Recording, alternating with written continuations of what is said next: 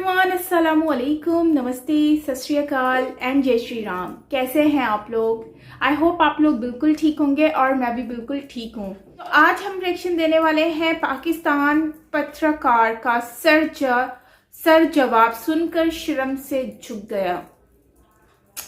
चलते हैं इस वीडियो की तरफ और रिएक्शन देते हैं और देखते हैं कि ये वीडियो में क्या कह रहे हैं। So let's start.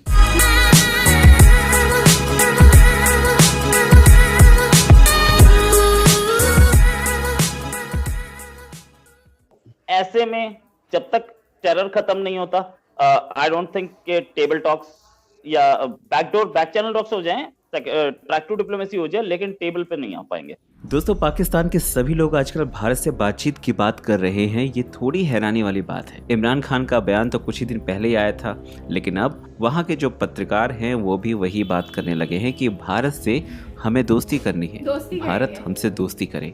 आज के शो में भी एक पाकिस्तानी पत्रकार ऐसे ही प्रेम भाव में दोस्ती की बात करना चाह रहे थे, लेकिन इल्जामात लगाने से पीछे नहीं हटे। तो भारतीय पत्रकार रोहित शर्मा ने भी जवाब देकर आग लगा दी। सुनिए। मुश्किल दिख रहा है क्योंकि अभी तक हमें कुछ नहीं दिखा कि टेरर बंद होने की कहीं पे सिचुएशन आई हो।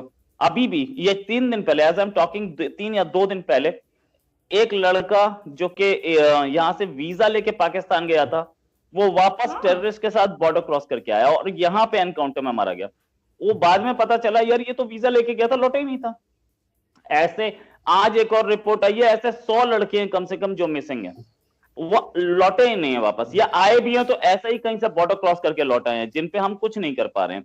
और ऐसे हमारे आर्मी के लोग बोल रहे हैं कि यार ऐसे लोगों का यार हम क्या कर सकते हैं। हम किसी को पाकिस्तान जाने से मना नहीं कर सकते, राइट देते हैं उन्हें। और दूसरी चीज, हम ऐसे आदमी से इंटरोगेशन नहीं कर सकते। ऐसा आदमी हमें दिखेगा तब तो इंटरोगेशन करेंगे, और पकड़ भी लेंगे तो वो बोलेगा मेरा राइट है, मैं तो जा सकता हूँ। तो इसमें ये जो रेडिकलाइज करके वापस लड़के आ रहे हैं, ये थोड़ा सा सीरियस इशू है। ऐसी चीजें चलती रही तो फिर यार टॉक्स तो बहुत मुश्किल है। जी सबूक। अच्छा रोहित जी, क्योंकि मैं इस तरफ नहीं आना चाह रहा था, मैंने शुरू में गुजारिश की थी कि इस तरफ नहीं आते, क्योंकि मैंने कहा लिस्ट आपके पास भी तो लिस्ट हमारे पास भी पड़ी हुई है। अब मसला ये है कि बात बनानी है या बात बिगाड़नी है।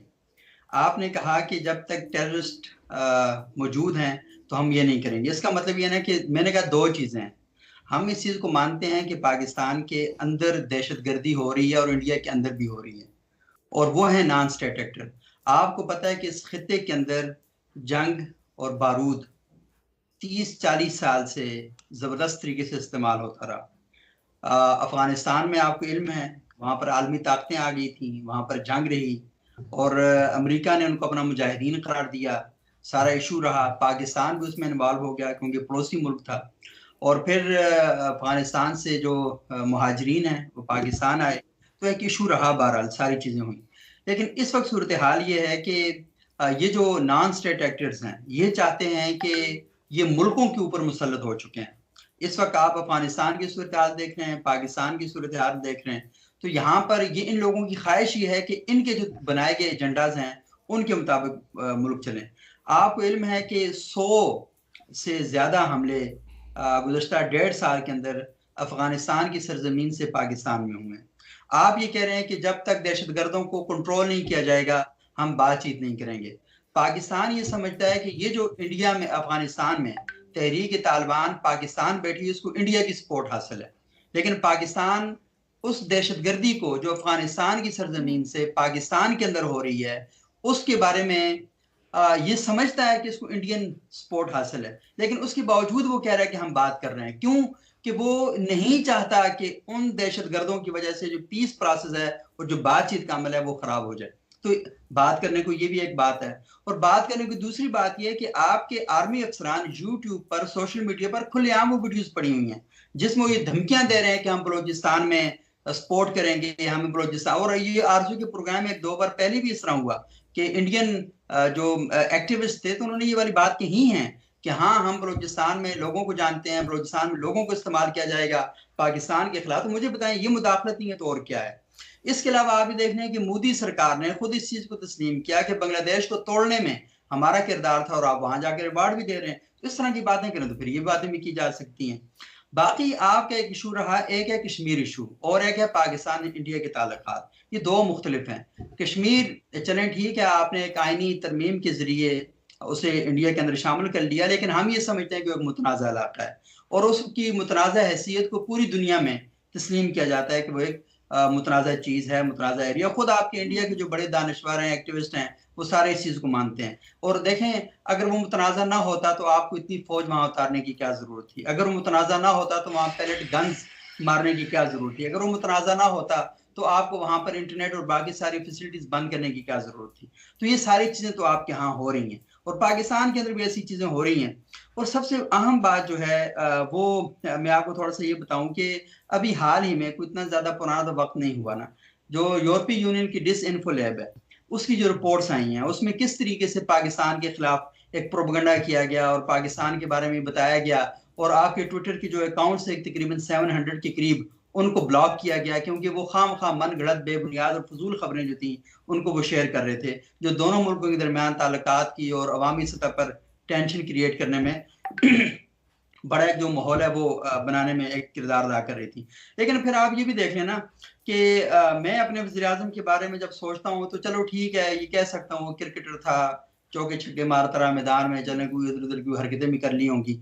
लेकिन मोदी साहब के बारे में, क्योंकि जब कहते हैं ना कि वो मोदी नहीं चाहते, तो मोदी साहब का हम हिस्ट्री पढ़ते हैं, मोदी साहब की तारीख पढ़ते हैं, हम अमित शाह की तारीख पढ़ते हैं। तो जब वो तारीख हमारे सामने आती है तो फिर हमें लहू लहान चेहरे नजर आते हैं, हमें दहशतगर्दी नजर आती है, हमें गुजरात का मास्कर नजर आता है, हमें अहमदाबाद का कत्लेआम नजर आता है। तो ये सारी हिस्ट्री देख के ना फिर यहाँ पर भी बात होती है। लेकिन हम ये कह रहे हैं कि सारी बातें पुरानी हैं, इन सारी बातों को हमें छोड़ देना चाहिए, हमें आगे बढ़ना चाहिए। क्योंकि आपका जो बच्चा पैदा हो रहा है इंडिया के अंदर, आज जो बच्चा पैदा हो रहा है उसे ये हिस्ट्री के तौर पर ही रहे तो बहुत अच्छा है, लेकिन उसके सामने ये मौजूदा दौर की तारीख नहीं बननी चाहिए। तो हम तो ये वाली बात कर रहे हैं।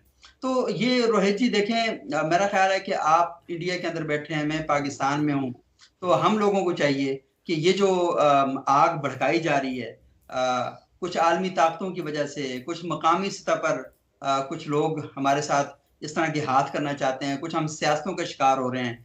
तो मेरा ख्याल है कि हम इसको किसी और जंग में तब्दील कर लें, क्योंकि जंग के बगैर तो हम रह नहीं सकते। तो मेरा ख्याल है इस जंग का जो दायरा और जाविया है उसे हमें तब्दील कर देना चाहिए। तो जब ये वाली बातें करने के बाद वो ये हमारे पास भी लिस्टें पड़ी हैं, आपके पास भी लिस्टें पड़ी हैं, आप अपना लगे रहे, तुमने ये किया, मैं ये कहूंगा आपने ये किया, तो हल तो कुछ नहीं निकलेगा ना। हमारे ऊपर कहीं आरोप लगाओ टेररिज्म फैलाने का, तो नॉन स्टेट एक्टर्स, भाई एक नॉन स्टेट एक्टर और स्टेट एक्टर में फर्क होता है। आपके कंट्री में ये नहीं पता लगता नॉन स्टेट कौन है और स्टेट कौन है। आप बहुत बार नॉन स्टेट बोल देते हैं, फिर उसके बाद बोलते हैं नहीं नहीं वो तो हमारा आदमी था यार, वो तो हमारी आर्मी का था। और ऐसे कई तो केस हमारे डोजियर में आए हैं, हम जो डोजियर दे चुके हैं। तो मुंबई अटैक में आपके कर्नल बैठे थे, आपके उसमें कर्नल का नाम और आपके आर्मी के ऑफिसर्स का नाम था, आपने छुपा लिया। अब करगिल आप छुपा नहीं पाए, वरना तो करगिल भी आप बोल देते, ये तो मुझे स्टार्टिंग में बोला ही था ना कि मुजाहिदीन है।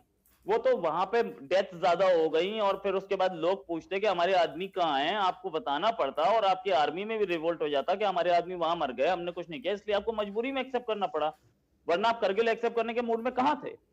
जहां तक बात यह आती है कि आपने बोला कि 100 से ज्यादा हमले हुए पाकिस्तान में, भाई 100 से ज्यादा हमले हुए, हमारे यहाँ भी हुए, लेकिन क्योंकि हमारी इंटेलिजेंस अब उस पर पूरी नजर रखती है। अटैक तो हमारे यहाँ पठानकोट में हुआ, अभी पुलवामा हुआ, उसके बाद अभी तो एनकाउंटर्स चल रहे हैं, कंटिन्यूअसली चल रहे हैं, तो हमारे यहाँ भी हुए।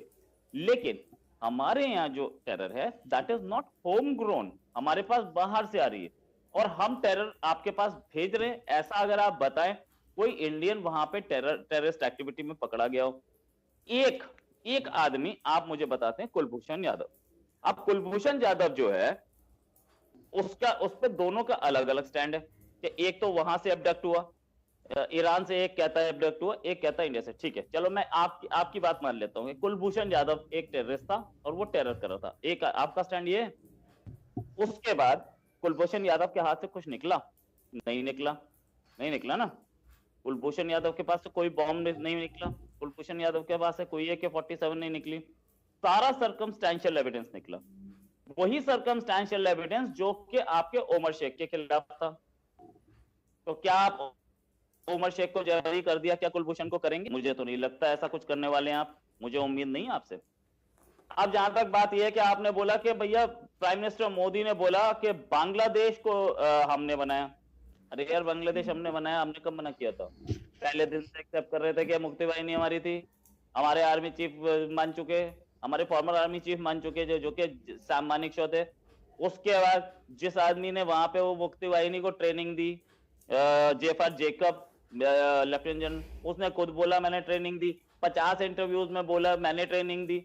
तो यार अब अगर मोदी ने बोल दिया तो यार मोदी बोल दे तो आप साला फांसी पे लटकाने लग जाते हो उसको। भैया जेफर जेकब, उनकी डेथ हुए भी टाइम हो गया, 2-3 साल हो गए जेफर जेकब की। वो अपने इंटरव्यू में बोल के गए थे कि मैंने ट्रेनिंग दी। इंदिरा गांधी तब बोल चुकी मैं यार ये तो ट्रेनिंग हम दे रहे थे, हमने बताई थी। जहां से बात की आपने इंडिया का पार्ट है, इंडिया का पार्ट नहीं है, उसको आप मानते हैं कश्मीर को डिस्प्यूटेड। तो सर आप डिस्प्यूटेड मानिए, हमने मना कब किया? आपको मना किया क्या आप माने?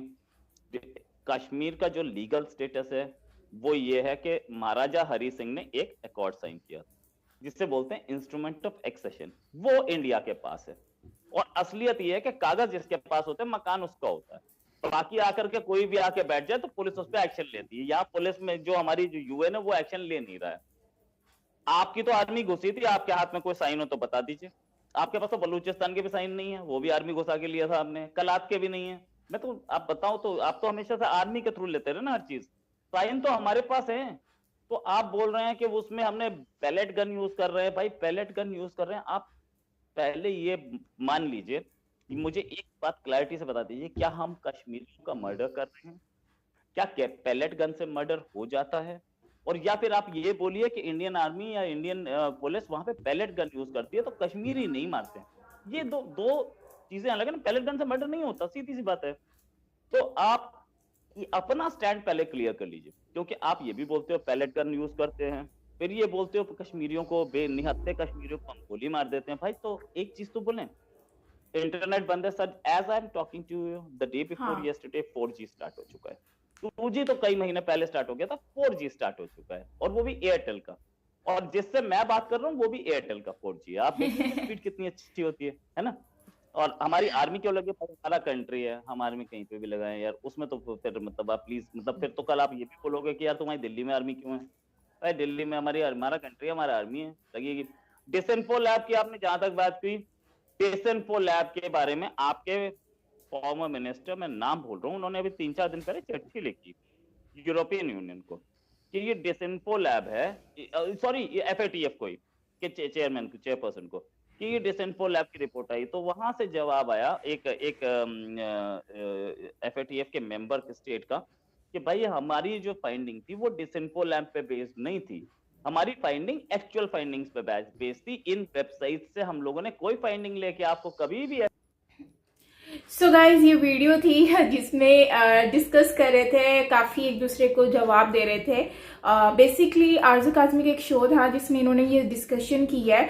और जहाँ तक इंटरनेट की बात है तो इंटरनेट तो खैर 4G स्टार्ट हो चुका है भारत कश्मीर में, और इसके बारे में तो बाकायदा एक न्यूज़ भी आई थी और हमने इस पर रिएक्शन भी दिया था ऑलरेडी। सो ये तो आ चुका है काफ़ी टाइम के बाद, मतलब कि सुनने में आ रहा था कि 2 से 3 साल के बाद जो है वो दोबारा से नेट जो है वो स्टार्ट हो चुका है, और वो भी 4G। तो 2G तो वैसे भी चल ही रहा था, लेकिन 4G जो है वो अब दोबारा से स्टार्ट हो चुका है। और 4G जो है वो एडवांस टेक्नोलॉजी के साथ, मतलब कि हाई स्पीड के साथ। तो अब जैसे कि इन्होंने तंजिया तरीके से भी कहा कि देखें कितना अच्छा नेट चल रहा है, आपको आइडिया तो हो रहा होगा। सो ये बात तो सच है कि नेट अब स्टार्ट हो चुका है।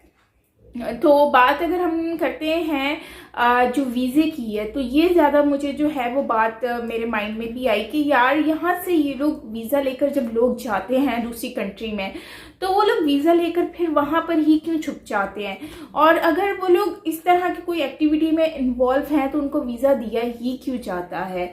सो मेरे माइंड में ये क्वेश्चन आ रहा है। तो आप मुझे ये बताइएगा। और मैंने अक्सर देखा है कि बहुत सारे इस तरह के इंसिडेंट हो रहे होते हैं और उसके पीछे पता चलता है कि वो इन कंट्रीज से भी होकर आए, इन कंट्रीज से भी होकर आए, तो उनको वीज़े कैसे मिल जाते हैं? तो वीज़ा तो बेसिकली उस कंट्री के हाथ में होता है, जो दूसरी कंट्री का जो लोग जहाँ की जिस कंट्री में आप जाना चाहते हो उनकी एजेंसी के हैंड ओवर होता है। तो उन लोगों को वीज़े मिल किस तरह से जाते हैं, ऐसे ये लोग क्या ट्रिक करते हैं जिससे इनको ये वीज़े मिल जाते हैं। और दूसरी बात ये है कि वो बात मेजर साहब की कर रहे थे, मेजर गौरव आर्या की, जो कि हम लोग वीडियोस देखते रहते हैं डिफेंसिव ऑफेंस की और भी जगह पर, तो वहाँ पर वो डिस्कस कर रहे होते हैं इसके बारे में कि ये बांग्लादेश के ऊपर भी, और हमने भी मिलकर रिएक्शन दिया था, तो उसी चीज़ को लेकर ये दोबारा से जो है वो डिस्कशन कर रहे हैं रिगार्डिंग बलूचिस्तान और बलूचिस्तान के लोग और इश्यूज़ और वो सब। तो खैर पाकिस्तान में ये जो हमारे जो पाकिस्तानी पैनलिस्ट हैं उन्होंने कहा है कि बेसिकली जो कश्मीर के मामला जो बलूचिस्तान के मामलात हैं उसमें ये लोग ना आए, इसमें इनको आने की आप लोगों को आने की ज़रूरत नहीं है, आप लोग बात कर रहे होते हैं, सो ये हमारा एक पर्सनल मैटर है। तो उससे ये मुझे आइडिया हुआ कि ये बेसिकली मेजर साहब को ही बोल रहे हैं, क्योंकि वही ज़्यादातर इस तरह की वीडियोस पे मतलब बात कर रहे होते हैं इस तरह के टॉपिक्स पर, सो उनको ही ज़्यादातर ये लोग वॉच भी कर रहे होते हैं। एनीवेज लास्ट में इन्होंने शायद कोई वैक्सीन की बात करने लगे थे या फिर कोई और टॉपिक था, तो वो डिस्कनेक्ट इन्होंने वीडियो वहीं पर ही ख़त्म कर दिया है। सो हम कोशिश करते हैं कि ये वीडियो फुल देखें ताकि इनकी पूरी कन्वर्सेशन जो है वो हम देख सकें और हमें आइडिया हो कि बेसिकली चीज़ें हैं क्या। और बाकी ये थी हमारी आज की वीडियो गाइस, आई होप आपको अच्छी लगी होगी, मुझे बहुत अच्छी लगी है। काफ़ी इस तरह की डिबेट सुनकर मज़ा आता है। दोनों कंट्रीज़ के लोग जो हैं एक दूसरे से जब डिस्कस करते हैं तो काफ़ी चीज़ें जो है वो हमें समझ आती हैं, पता चलती हैं, नई नई चीज़ें जो हमें शायद नहीं पता होती। सो एनीवेज ओवरऑल वीडियो अच्छी थी, और अगर आपको अच्छी लगी हो तो प्लीज़ लाइक कीजिएगा, और सब्सक्राइब नहीं किया तो लाइव में सब्सक्राइब कर दीजिएगा। और मिलते हैं नेक्स्ट वीडियो के साथ, और अपना तब तक के लिए बहुत सारा ख्याल रखिएगा। This is me Saima Peerzada, bye bye.